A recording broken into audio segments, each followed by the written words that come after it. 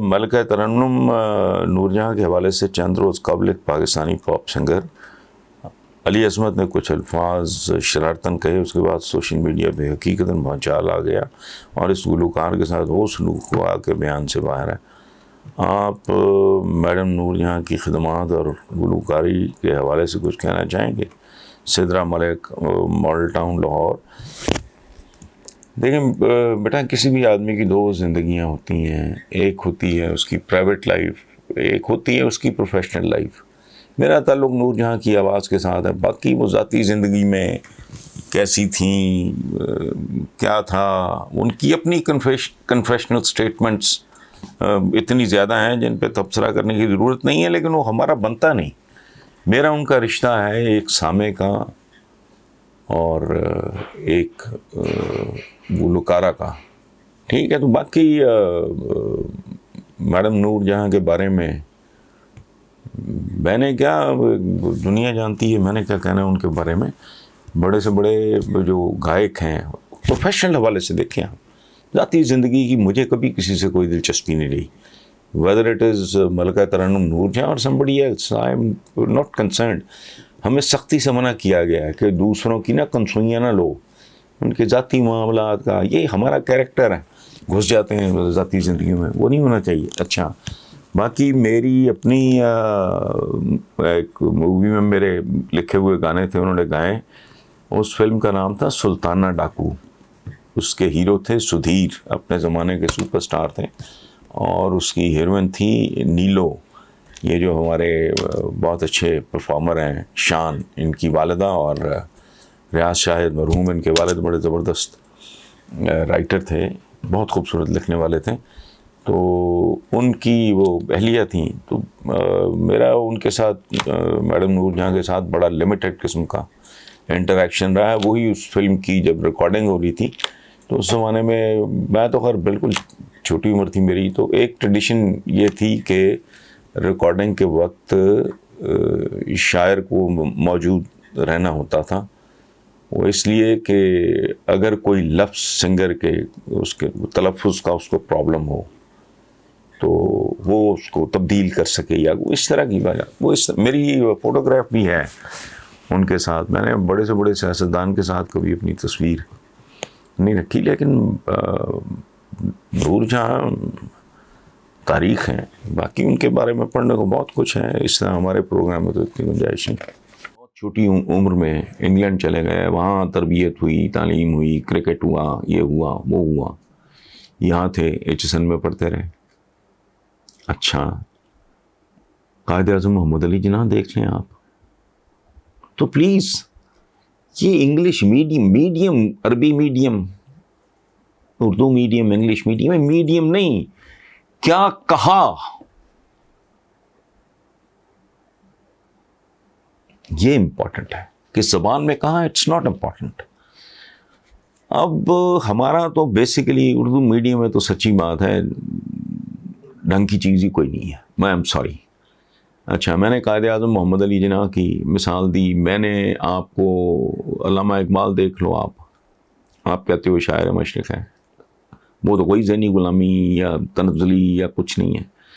So many other people in this country, یہ عبد القدیر خان صاحب atom bomb بنا سکتے تھے، ان سے پوچھ لیں۔ یہ زیادتی ہے، یہ غلط ہے۔ اور دوسری بات یہ ہے کہ اسلام اور اپنے کلچر، پہلی بات یہ ہے کہ اب کوئی کلچر ملچر نہیں ہے، اب گلوبل کہتے ہیں، یہ گلوبل ولیج ہے، دنیا اگر گلوبل ولیج ہے تو کلچر بھی گلوبل ہوگا۔ اب بچے کھائیں گے پاستے اور پیزے اور پہنیں گے جینز، اب تو ٹریکٹر پہ بھی جو چڑھا ہوتا ہے اس نے بھی لنڈے کی جین پہنی ہوتی ہے۔ یہ گلوبل کلچر کی طرف جا رہی ہے دنیا۔ او بھائی، اکبر اعظم جلال الدین محمد اکبر مغل اعظم، اس کے محلات تھے، کئی ملک نکلے اس کے ہندوستان سے، جس کا وہ ذل الہی تھا۔ اس کے گھر میں ٹی وی لاؤنج نہیں تھا، اس کے محل میں بیچارے کے، کیوں؟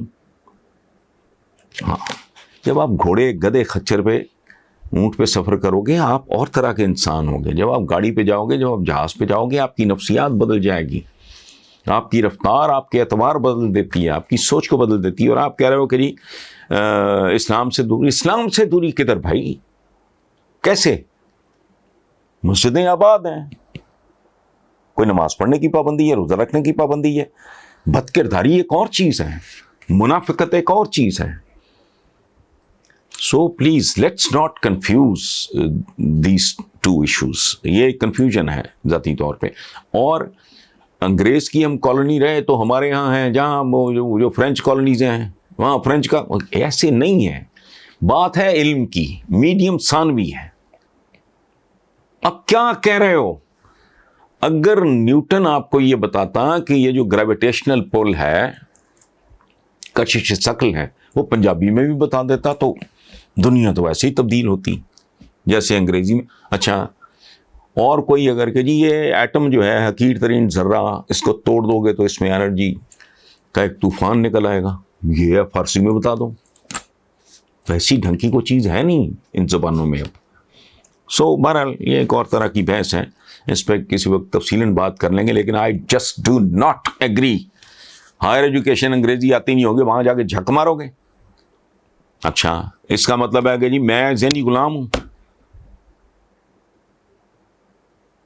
میں اردو جرنلزم میں میری چوائس تھی, میرا میڈیم تو نہیں تھا یہ. تو یہ تو کوئی بات نہیں ہے. خود عمران خان, خود جس بندے کا سب سے بڑا پرابلم ہے اس ملک کو اوپر اٹھانا, خودداری پیدا کرنا, یہ کرنا وہ کرنا. ہو بھائی, ایچسن سے لے کے وہاں تک یہ بھی گورے کا دیا ہوا اسکول ہے, وہاں بھی گورے کی دی ہوئی یونیورسٹی میں, آکسفورڈ میں یا جہاں بھی عمران خان پڑھتے رہے ہیں. تو نہیں, اس طرح کی بات نہیں. علم حاصل کرو چاہے چین جانا پڑے. تو چین جا کے انہوں نے عربی میں علم حاصل کرنا تھا, پہلے چینی سیکھنی تھی, چائنیز سیکھنی تھی. اور وہاں ظاہر ہے کوئی حدیث کا, کوئی فقہ کا علم تو حاصل نہیں کرنا تھا. علم ہے, اس کو دنیاوی اور دینی میں تقسیم کریں گے تو ہم اپنا نقصان کریں گے. سوال ہے جی, شائستہ ہیں طالبہ, پنجاب یونیورسٹی لاہور. وہ کہتی ہیں کہ اگر آپ کو ایک دن کے لیے مکمل اور بااختیار وزیر اعظم بنا دیا جائے تو ہنگامی بنیادوں پہ کون سا کام کریں گے, کیا حکم جاری کریں گے؟ بیٹا پہلی بات یہ ہے کہ ایک دن میں کام نہیں ہوتے. اسی لیے میں کہتا ہوں کہ عمران خان کو کم از کم 2 ٹرمز ملنی چاہیے. یا اس کو اور طریقے سے میں بیان کرتا ہوں کہ جتنا وقت آپ نے ٹوٹل مختلف حصوں میں پیپلز پارٹی کو یا نون لیگ کو دیا, اس سے زیادہ وقت عمران کو دیں, اس کے بعد بلیم کریں. باقی میری جو پریورٹیز ہیں, میرے نزدیک اس ملک کی اب پاپولیشن مینجمنٹ بہت بڑا مسئلہ ہے. میں آپ سے یہ شیئر کر سکتا ہوں, میں کیا حکم جاری کروں گا, اس کو چھوڑیں. مجھے تو سیاست سے ویسے ہی نفرت ہے. میں نے پوری زندگی جب اسٹوڈنٹ تھا, کالج میں, اسکول میں, یونیورسٹی میں نے کبھی سیاست میں حصہ نہیں لیا, کبھی دلچسپی نہیں لی, اور نہ مجھے ملک کی سیاست سے کوئی دلچسپی ہے, بلکہ اگر ہے تو کراہت ہے. تو میرے نزدیک 2 پرابلمس ہیں. ایک ہے پاپولیشن مینجمنٹ. آپ سے اس وقت یہ 24-25 کروڑ کا ملک بالکل نہیں سنبھالا جا رہا. چند سال پہلے جو ڈاکٹر عشرت تھے اسٹیٹ بینک کے گورنر, ان کی کتاب کا عنوان اٹھا کے دیکھ لیں, گورننگ دی انگورنیبل. یہ ملک ہاتھ سے نکلا ہوا ہے, کک آپ کے پلے نہیں ہے. اخلاقیات سے لے کے اقتصادیات تک مکمل طور پہ ایک بینک کرپٹ معاشرہ ہے ہمارا. ٹھیک ہے, تو یہ نہیں سنبھالا جا رہا. کل دیکھتے ہی دیکھتے آپ نے جو 45-40 کروڑ ہونا ہے, تو بندہ بندے کو کھائے گا. ادھر جاؤ, روکو, چونکہ یہ تعداد کا نہیں استعداد کا زمانہ ہے, یہ مسل کا نہیں عقل کا زمانہ ہے. ایک زمانے میں بیٹے زیادہ, ٹرائب میں یہ ہو اور وہ ہو, وہ تلواروں کے زمانے تھے. میں ابھی شمشیر و سنا سنوں کوئی نہیں. اب تو اسٹیفن ہاکنگ جیسا بندہ, وہ دنیا کے رخ, معذور, ویل چیئر پہ بیٹھا ایک آدمی. اب وہ جو ہے نا شمشیر و سنا اول تو فلانا, یہ کوئی اول شبل نہیں, اب عقل اول بس. سائنس اور technology, that is the only answer. دوسرا, بہت جو ہائی پروفائل, جو متمول کھاتے پیتے گھروں کے بچے جن اسکولوں میں پڑھ رہے ہیں, ان میں سے میجورٹی نے اس ملک میں رہنا نہیں. میں آپ کو آج بتا رہا ہوں, اور آپ کو پتا ہوگا, اس میں کوئی عقل کی ضرورت نہیں ہے. انہوں نے تو میجورٹی نے ویسے ہی یہ ملک چھوڑ جانا ہے. یہ میں دیکھ رہا ہوں, میرے سامنے ہو رہا ہے. آنے والے دنوں میں مزید ہوگا. نہ کوئی یہاں اپرچونٹی ہے, نہ سارا, نہ پیر ہے, نہ لا اینڈ آرڈر ہے, نہ جسٹس ہے, نہ کچھ بھی ہے. کیوں رہیں گے بھی وہ؟ اچھا اب جن بچوں نے یہاں رہنا ہے ان کو تعلیم اتنی اب گھٹیا دے رہا ہے، ابل تو دے ہی نہیں رہے، کروڑوں ویسے اسکولوں سے باہر دھکے کھا رہے ہیں، جن کو مل بھی رہی ہے تعلیم وہ بہت گھٹیا ہے. سو پرائمری ایجوکیشن کو یونیورسٹی یا پرائمری اسکول کو یونیورسٹی سمجھو. لیکن بہرحال میں تو یہ 2 کام سب سے پہلے کروں گا.